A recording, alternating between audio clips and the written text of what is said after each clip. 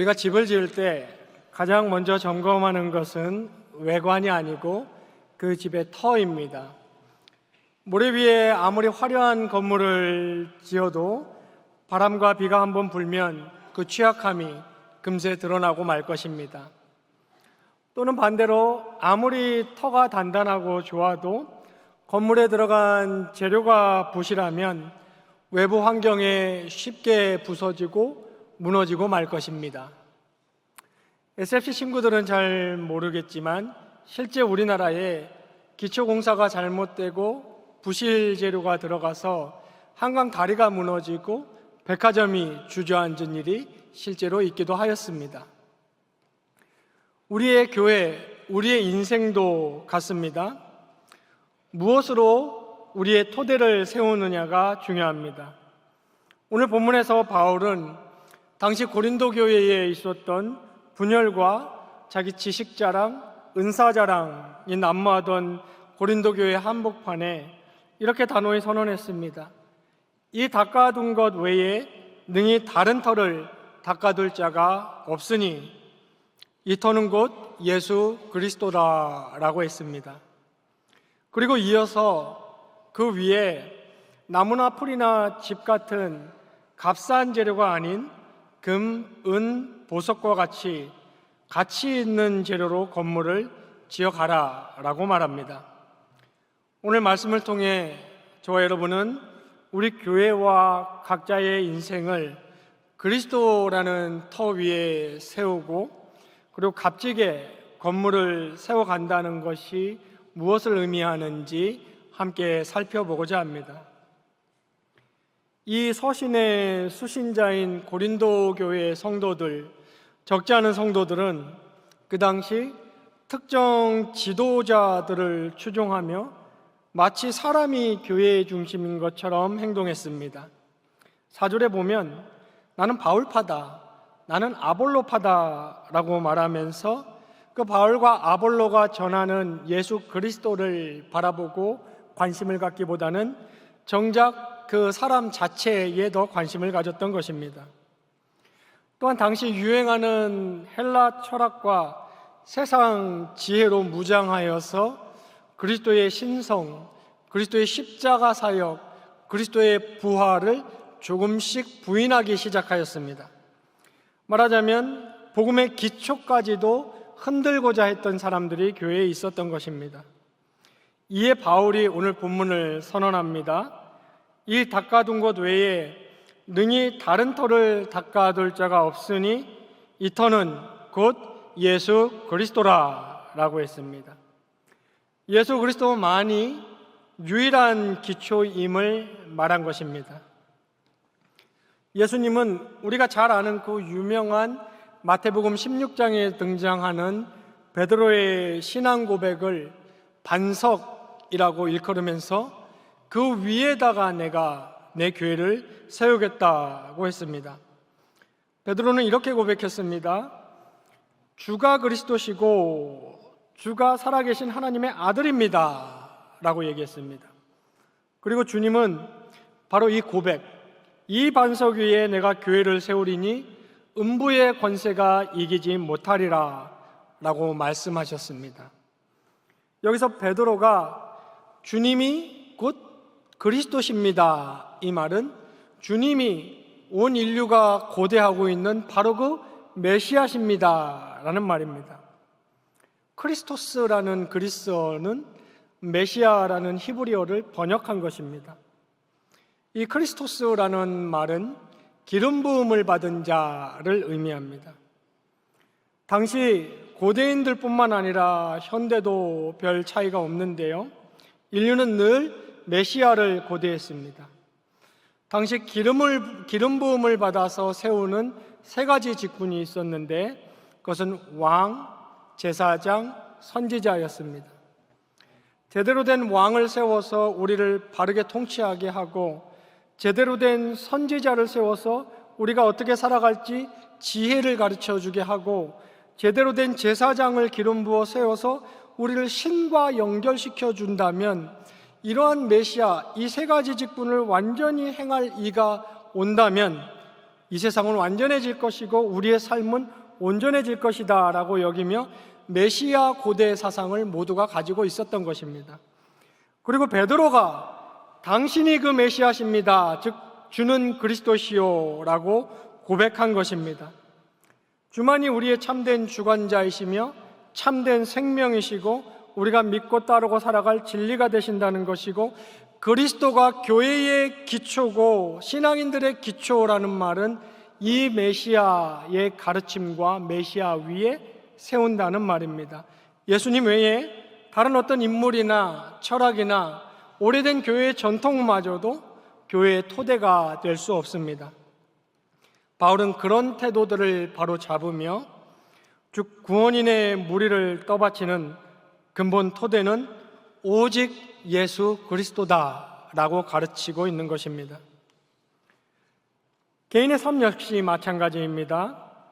지지해줄 토대로 세상 사람들이 흔히 의지하는 것들이 많지만 그 무엇도 확고하지 않으며 영원하지 않습니다.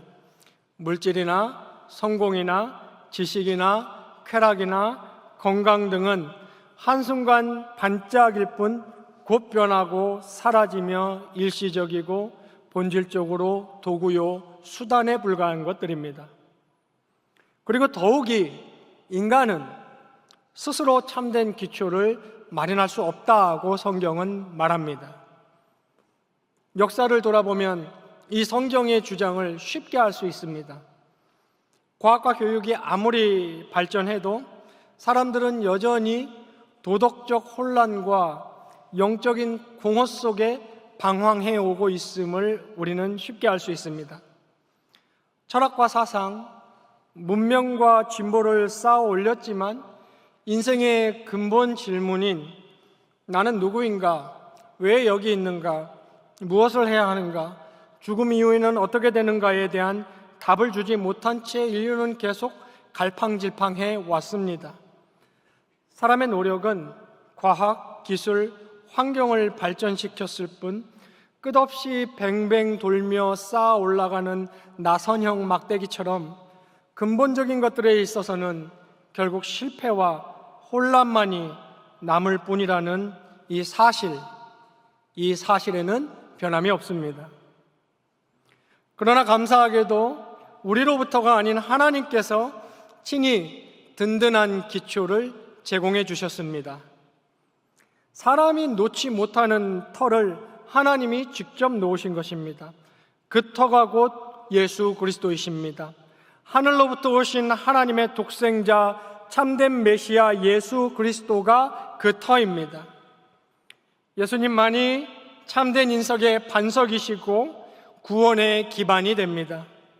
사도행전 4장 12절이 말씀하는 것처럼 천하 사람 중에 구원을 얻을 만한 다른 이름을 우리에게 주신 일이 없음이라고 하였으니 예수님 외에는 누구에게도 영원한 생명과 참된 기반을 기대할 수 없는 것입니다. 예수님만이 하나님께 가는 유일한 길이며 인생의 목적 그리고 인생의 의미를 발견케 하는 유일한 토대가 되십니다.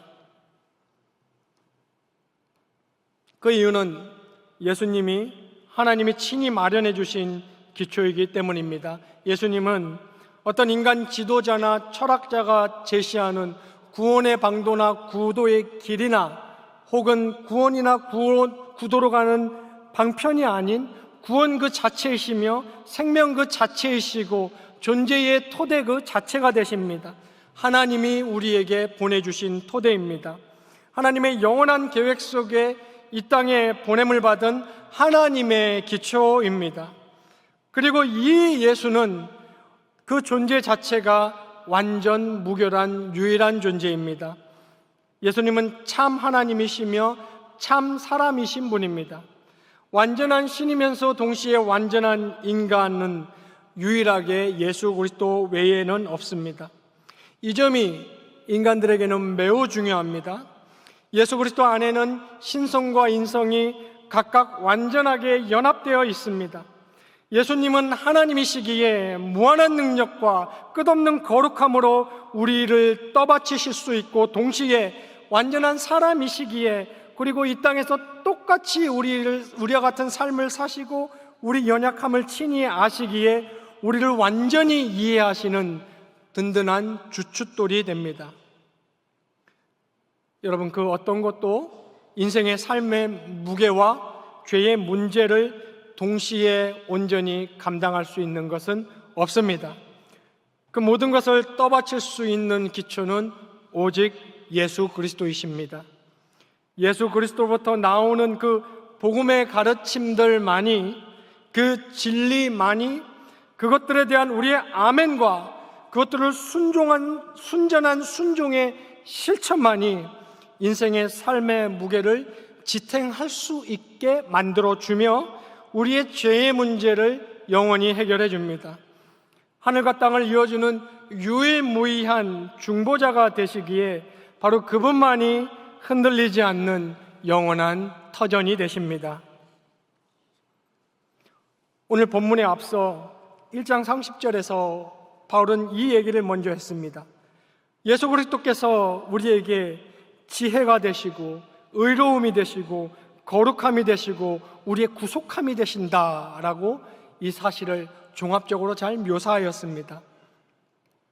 그러므로 우리 교회와 우리 인생의 토대가 정말 예수님 위에 놓여 있는지 늘 돌아보아야 합니다. 반석은 예수 그리스도 그 자신이시며 그분의 메시지이고 그분의 메시아 되심이라는 이 사실에 있습니다. 우리 교회의 기초를 언제나 예수 그리스도로 확인해야 합니다. 다른 어떤 것이 우리 경향신앙 공동체의 중심이나 자랑이나 지향성이 되지 않도록 늘 우리는 경계해야 합니다. 또한 겉으로 교회를 다니고 종교 생활을 하는 것 같아 보여도 실제로는 여전히 세상 것들을 의지하며 그 위에 각자의 인생을 세우고 있지 않은지 진지하게 돌아봐야 합니다. 예수님 외에 다른 것들을 붙들고 있다면 그 인생은 결국 모래 위에 세운 집과 같습니다. 산상수훈에서 예수님이 말씀하셨듯이 쉽게 무너져 버립니다.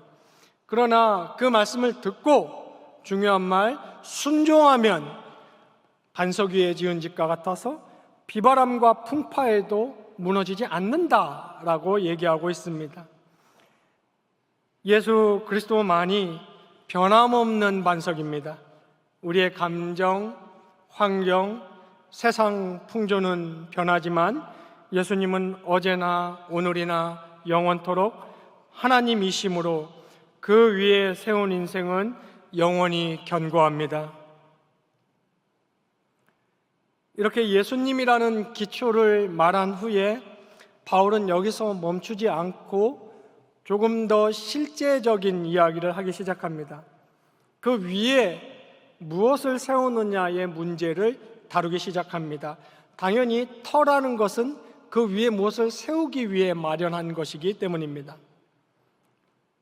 일단 이 고린도전서 3장의 문맥에서 그 구절들만을 보자면 10절에서 말하는 다른 이, 그리고 12절에서 말하는 누구든지에 해당하는 대상은 1차적으로 직접적으로는 교회의 말씀과 성도 양육을 담당하고 있는 교역자, 사역자를 의미하는 것입니다.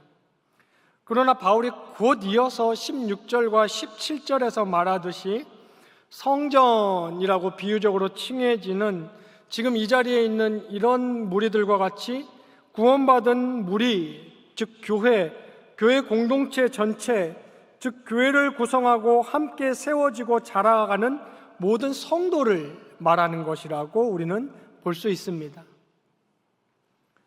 구원받은 무리인 지상의 교회 공동체는 주님 오시는 그 날까지 계속해서 자라가고 세워져 가고 지어져 간다는 것을 우리는 신약 성경의 가르침을 통해서 재차 확인할 수 있습니다.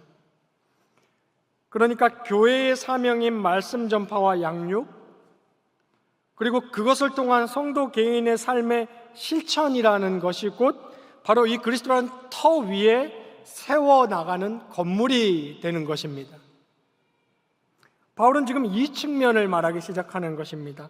12절에 세우면이 바로 이 측면을 말하는 것입니다. 올바른 기초 위에 세운 건물이라도 사용하는 재료에 따라 그 건물의 질은 완전히 달라집니다. 그래서 12절에서 바울이 비유적으로 말하기를 만일 누구든지 금이나 은이나 보석이나 나무나 풀이나 지프로 이 터 위에 세우면이라고 하면서 재료들을 열거하고 있습니다. 이는 비유적인 표현으로 우리 각 사람이 예수님 위에 세워가는 삶의 내용, 그리고 그 교회의 사역, 그것들의 질을 가리키는 표현입니다. 어떤 사람은 금, 은, 보석과 같은 값지고 영속적인 것으로 세워나가기도 하고, 반면 또 어떤 사람은 나무, 풀, 집처럼 쉽게 사라질 것으로 그리스도라는 기초 위에 세워나간다는 것입니다. 겉보기에는 다 같은 신앙생활을 하고 한 사람의 성도로서 자기 삶을 세우는 것 같아도 그 동기, 그 방법, 특히 오늘 본문의 맥락에서 그 열매는 천차만별임을 말하기 시작합니다. 이 구절에서 바울이 정작 강조하고자 하는 것은 이겁니다. 결국 하나님께서 그 건물의 실제 상태가 어떠한지를 드러내시는 시간이 역사 속에 온다라는 것을 바울은 말하는 것입니다. 13절에 이렇게 표현했습니다. 각 사람의 공력이 나타날 터인데 그날이 밝히 드러나리니, 그 날이 드러내리니 이는 불로 나타내고 그 불이 각 사람의 공적이 어떠한 것을 시험해 볼 것이다, 테스트해 볼 것이다 라고 말하고 있습니다. 여기서 그 날은 당연히 우리 주 예수 그리스도의 심판의 날, 즉 새하늘과 새 땅 하나님 나라의 완성의 날입니다. 곧 장차 믿는 자들이 그리스도의 심판대 앞에 설 날, 믿는 자들뿐만 아니라 모든 인류가 그 앞에 서게 될 날입니다. 예수님을 믿는 우리도 반드시 주님 앞에 서서 우리의 삶과 그동안의 섬김에 대한 평가를 받게 됩니다. 그것은 구원 여부를 결정하는 심판은 아닙니다. 우리의 구원은 오직 예수님의 공로에 달려있지 오늘 본문에서 사용한 단어 우리의 공적에 달려있지 않습니다. 우리는 그것을 믿음으로 구원받고 예수 그리스도의 공로로 구원받고, 그래서 구원은 오늘 본문이 표현하는 상 같은 것이 아니라 은혜의 선물이 구원입니다. 이 심판은 그러한 심판을 말하는 것이 아닙니다. 여기서 말하는 평가는 구원받은 우리가 이 땅에서 어떻게 살았는가에 대한 상급 심판입니다. 여기 우리말에 공적으로 번역된 이 말이 에르가, 일, 워크라는 말입니다. 그리고 이 일에 대한 상급, 즉 보상을 의미하는 것입니다. 성경은 사람이 이 땅에서 어떻게 살았는지에 대한 하나님 앞에서 결실할 때가 있다는 역사적 사실을 반복적으로 말합니다. 성경은 이 존재 세계를 그저 일시적인 책임과 가치만 있는 것으로 묘사하지 않습니다. 그리고 이 존재 세계를 궁극적으로 보면 허무한 사건과 발생들이 무작위로 일어나고 끝도 없이 반복되는 그런 곳으로 존재 세계를 말하지 않습니다.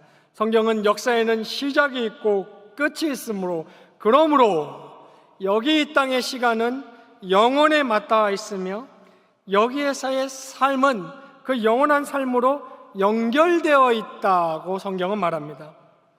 죽음이라는 관문이 우리의 이 땅에서의 모든 책임을 면제시키고 우리가 갖고 있던 가치를 중단시킨다고 성경은 말하지 않습니다. 우리 사람에 대해서 말하자면 여기서 어떻게 살았는지에 대해 하나님의 심판대 앞에 서서 책임을 요구받게 됩니다. 모든 사람은 자기 삶을 가지고 하나님의 심판대 앞에서 결산해야 할 시간이 옵니다. 이것은 성경 곳곳에서 반복적으로 다른 표현들을 사용하며 명백히 강조하는 바입니다. 그 심판대 앞에서 가장 첫 관건은 예수를 믿음으로 그 십자가 보혈로 깨끗이 죄사함 받았느냐입니다. 그리하여 예수 그리스도의 부활에 참여하는 자가 되었느냐입니다. 이 지점에서 영벌과 영생의 심판으로 갈립니다. 그러나 예수를 믿어 영생을 얻은 자라도 자신이 살아온 삶에 대한 결산을 받습니다. 오늘 본문은 바로 이 지점을 말하고 있습니다. 그리고 거기에 따른 상과 부끄러움이 뒤따르게 됩니다. 성경은 천국에서의 상에 대해 다양한 방식으로 말해주고 있습니다. 창조와 회복이라는 관점에서 보면 완성될 하나님의 나라는 이 땅에서의 양상들이 그대로 존재할 것입니다. 그 나라는 새 판을 다시 짜고 그저 하얗고 반짝반짝 빛나는 그 어떤 세계가 아니고 창조가 완전히 회복되는 곳을 의미합니다. 그러나 거기에는 악과 죄와 부조리와 패단 같은 것은 모두 사라집니다.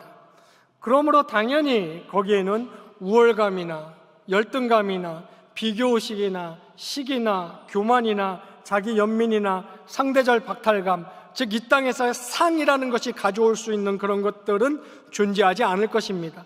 그러함에도 분명한 것은 거기에도 상이라는 차등의 개념이 존재한다는 사실입니다. 부끄러움이라는 차등의 개념이 거기에 실제할 것이라는 것이 성경의 선언입니다. 이 땅은 노력과 성실과 정직과 애씀이 완벽한 보상을 받지 못하는 경우가 비일비재한 불완전한 곳이지만 하나님 나라는 바로 그러한 원리가 완벽하게 보장되는 새하늘과 새 땅입니다.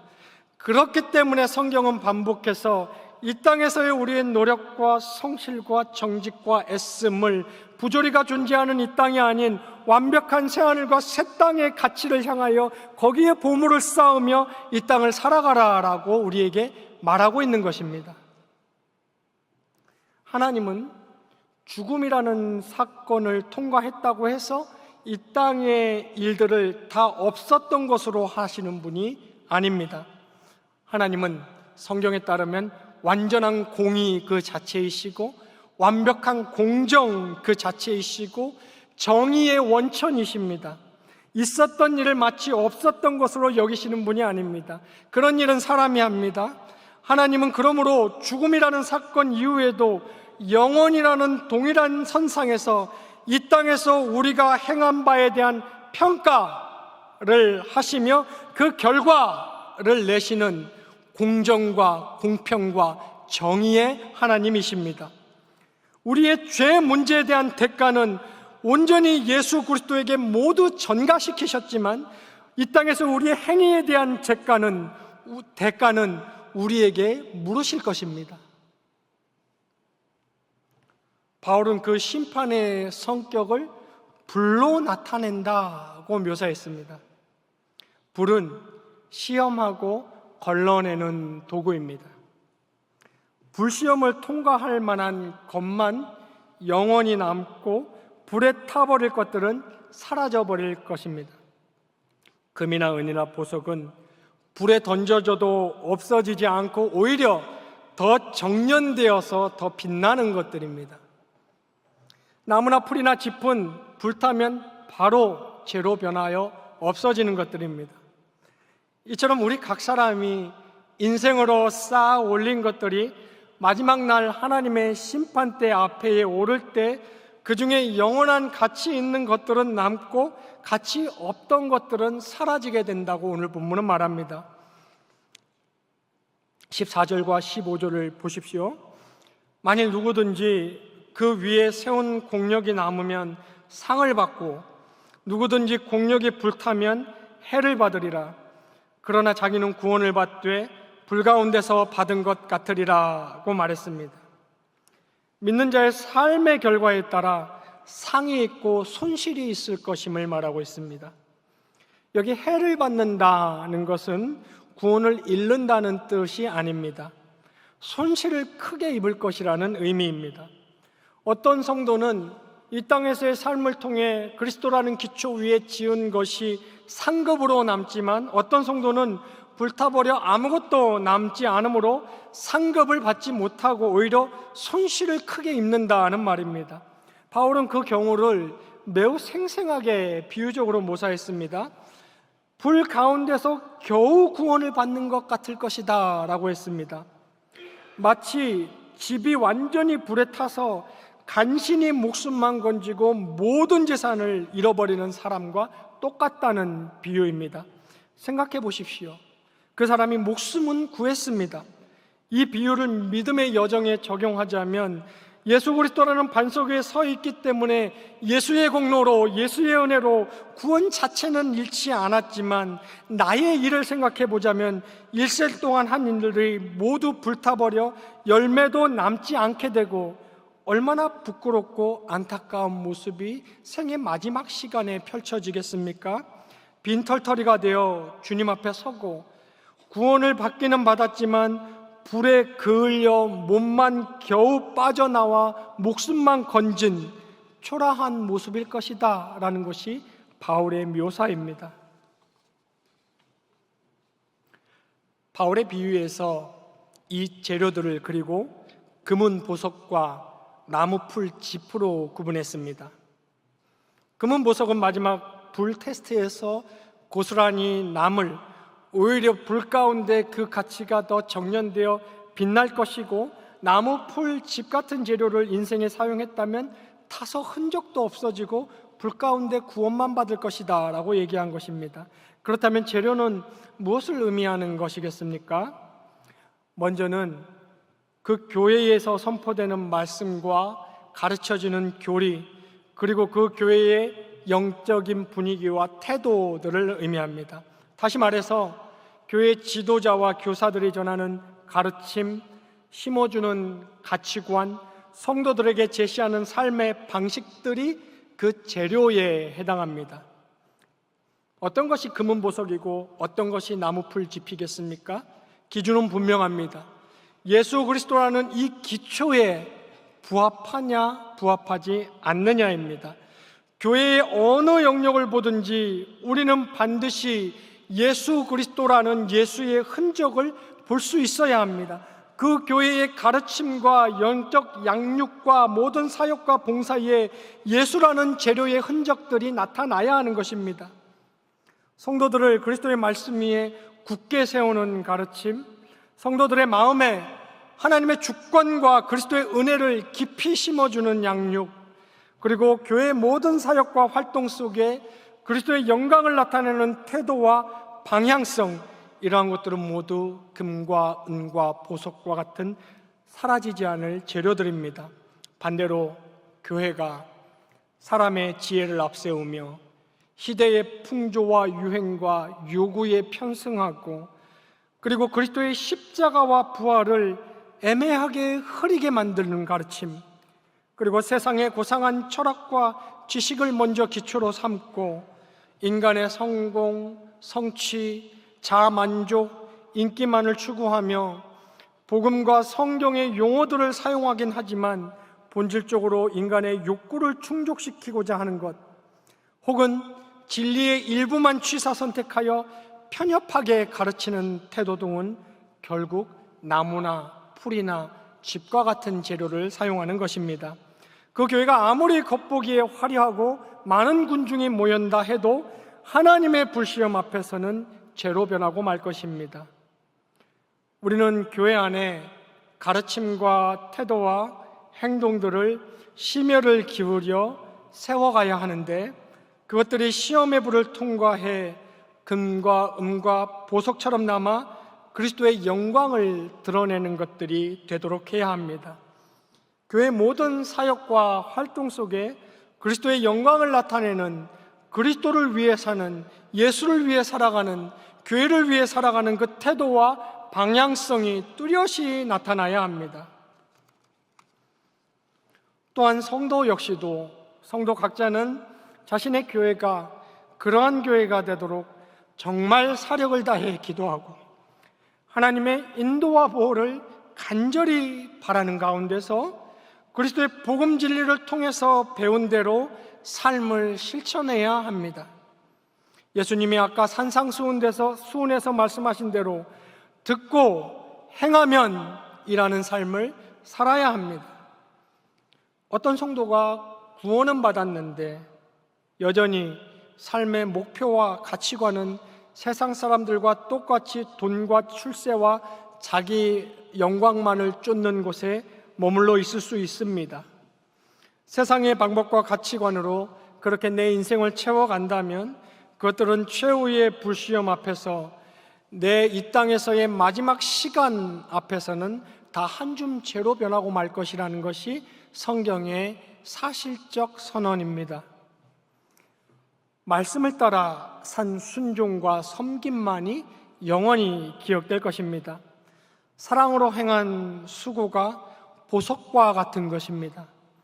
주님의 이름으로 남을 섬기고 사무실과 놀이터와 아파트 복도와 골목과 시장에서 조용히 복음을 전하고 그리스도인의 빛과 소금의 역할을 감당하며 오늘 이 하루를 내가 참된 그리스도인으로 말씀을 따라 살아보고자 애쓰고 그리고 교회에서 맡은 본분과 직분을 따라 교회를 세우기 위해 흘린 땀과 눈물과 에너지와 노력과 물질과 시간들이 결코 헛되지 않고 우리 인생의 마지막 순간에 신의 심판 앞에서 보석같이 남을 것들입니다.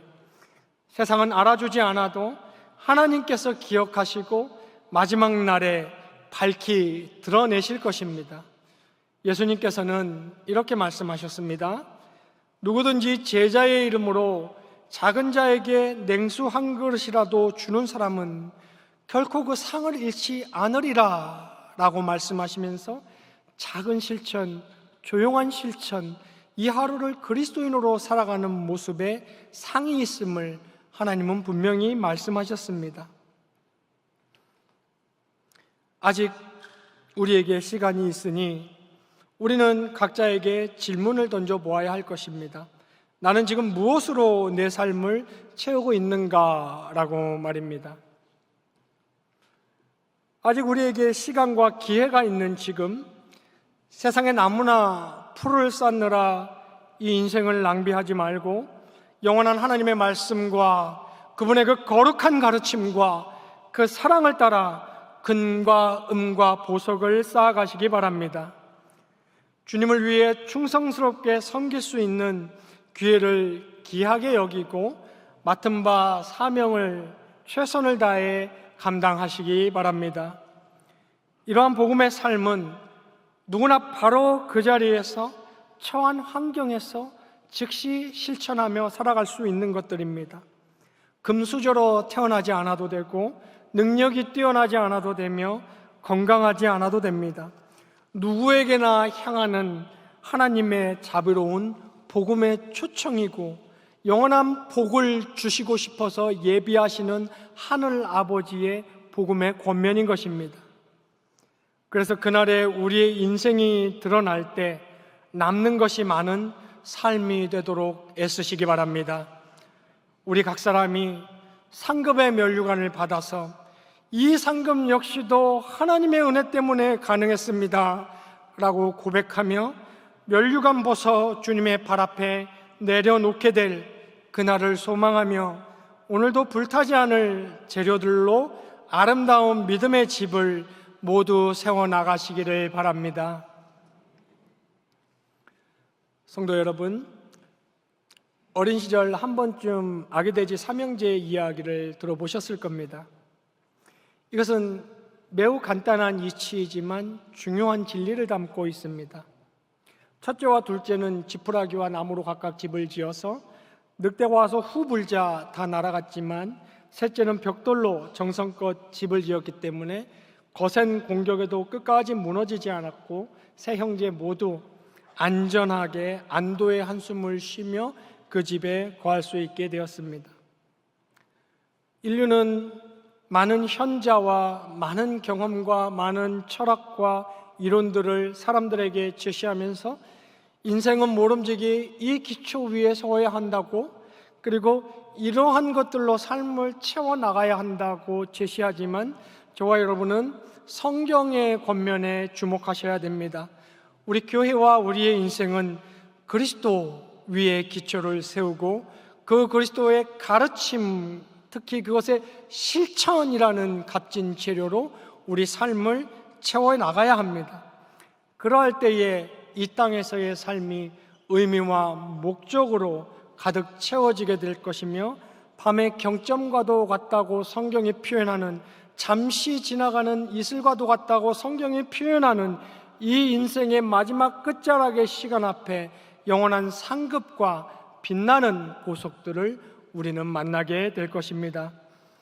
모쪼록 이렇게 예수님만을 토대로 삶을 세워가시고 그리고 인생의 모든 재료를 예수님의 말씀의 실천으로 가득 채워가시면서 오늘 본문이 말하는 부끄러운 구원을 면하고 큰 손실을 면하며 오히려 영원히 빛나는 금과 은과 보석 같은 하늘의 상급을 영원히 누리시는 경양의 모든 성도님 되시기를 주님의 이름으로 축원합니다.